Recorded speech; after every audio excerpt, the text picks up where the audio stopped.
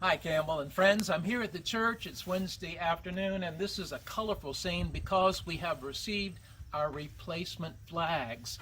The ones we flew all last year were weathered and tattered, and they had faded. So we have new flags. We have peace, love, and joy, and for the first time, the new one here is patience. Patience. So the remaining fruits of the Spirit would be goodness, kindness, gentleness, faithfulness, and the ninth one would be self-control. So you just might commit all of that to memory. I want to say thank you for the birthday party. Here's my birthday balloon, and we had a drive-by here at the church, and folks came by and brought cards, and many of them brought gifts, which were checks and cash that we were putting in the pastor's discretionary fund.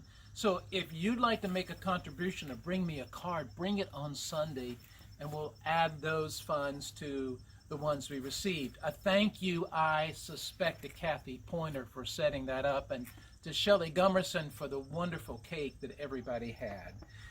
Remember Sunday, congregational meeting. It follows the 10 o'clock service. We'll end a little bit early to encourage you to stay because we need a quorum. We're going to elect 2 new elders to our session, and then we're going to elect the nominating committee of the congregation for 2021. So we need you here, so come and linger a bit. And then we'll have our Sunday school groups outside in the park after that. We have children and teens and adult classes ready for you. A little bit about the sermon Sunday, because it's that text from Matthew, the 22nd chapter, when the Pharisees approach Jesus and they say to him, should we pay our taxes to the emperor? Which is really a question to entrap Jesus, because if he says, yes, pay the taxes to the emperor, then the Jewish population rises up with anger. But if he says no, then the Romans and the people of Roman sentiment rise up in anger. So how does Jesus answer that? We're going to have that as part of our sermon Sunday. And finally, a note, I have a letter of thank you. It's from the Girls and Boys Club, and this is one of the many community groups Campbell supports and has always supported. This is a thank you for our gift of $10,000 for their building project and to keep them going during the pandemic. So thank you, Campbell, for all of your generosity. Folks, we'll be here at 10 o'clock on Sunday morning. The weather is going to be perfect. Bring your chair, bring your latte, come for the service of worship and stay. Until then, take good care. Be smart, be well. Until Sunday, my friends, goodbye, and God bless you.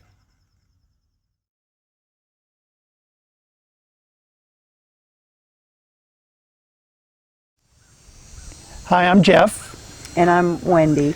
And we're the Szyperskis, and we've been longtime members of the church, and we live in Weems.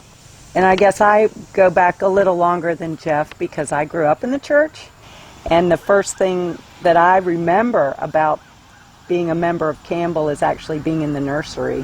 From that point, so many memories, from snatching cookies at coffee hour fellowship to being in the sanctuary with my family, vacation Bible schools, and being confirmed, and all the youth activities that young people have. You know, I went away to school, and then by the time I came back, I had to re-engage with the church as an adult and with my own family, and that was a whole new, really wonderful experience, but a new one for me. We had 4 children, and they have all grown up in the church, and I don't know if you want to say anything about that. Yeah, backtrack just a little bit. I always joke, if you had told me in 1985 that I would be moving back to Weems, Virginia, and we actually lived 2 doors down from the church. We actually lived in the old manse when we first moved back here. I would never have believed you, but it's been a great move for us. We've been up here since 1990, and 3 of our 4 children were born while we were here.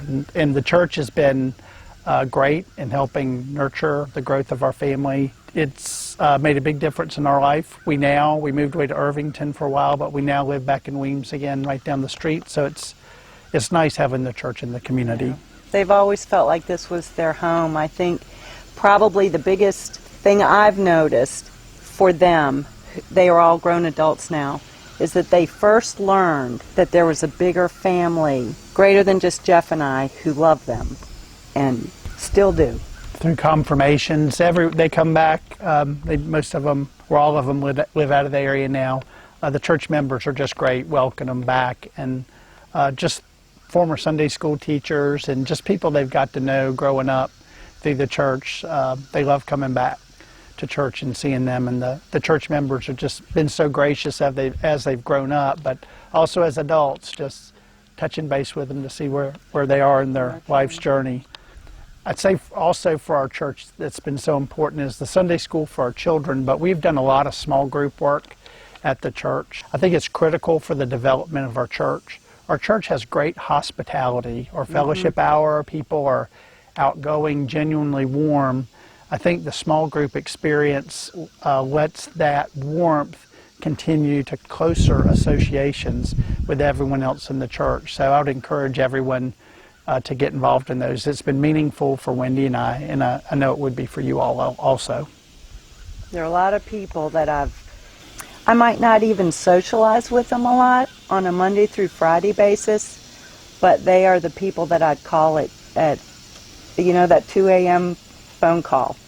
They're the ones I'd call, and that's the depth of a lot of these relationships. It's based on what I consider the real things of life, the highs and the lows, and just that support that we all need through those times. So I know Campbell always says it's a church family, it's a family, but I will say that this church does view its relationships like that.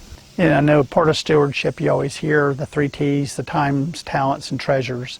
I would encourage everyone to get involved in there, because Campbell Church is extremely important, not just to Weems, but to Lancaster in general, even those who come across the river. We have a history of being a really giving church, and I think it's made a profound impact on our community, and we need to keep that going, and we need resources to be able to do that. We're a small church, but we give big. The little church that could.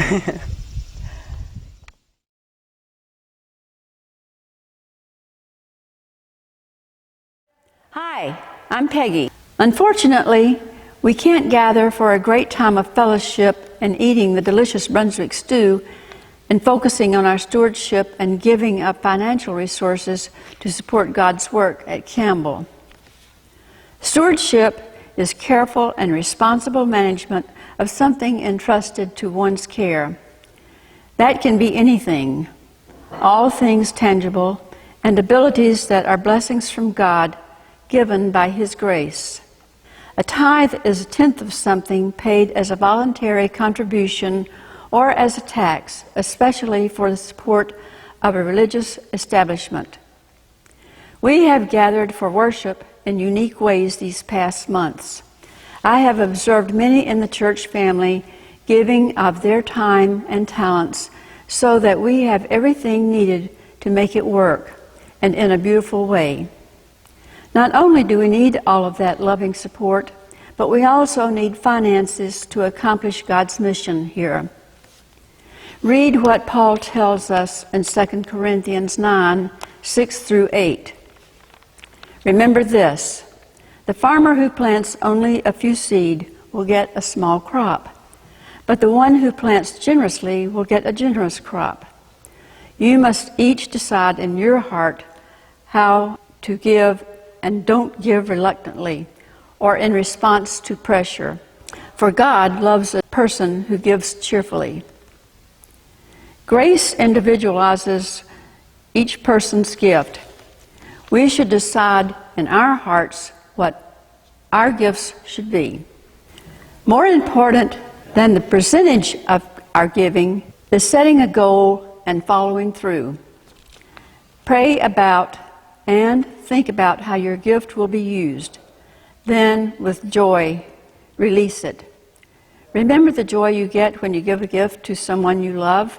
When we give generously, God's grace is reflected, and His image is reflected in us. I encourage you to read and study 2 Corinthians 9, 7 through 14, and prayerfully make your decision.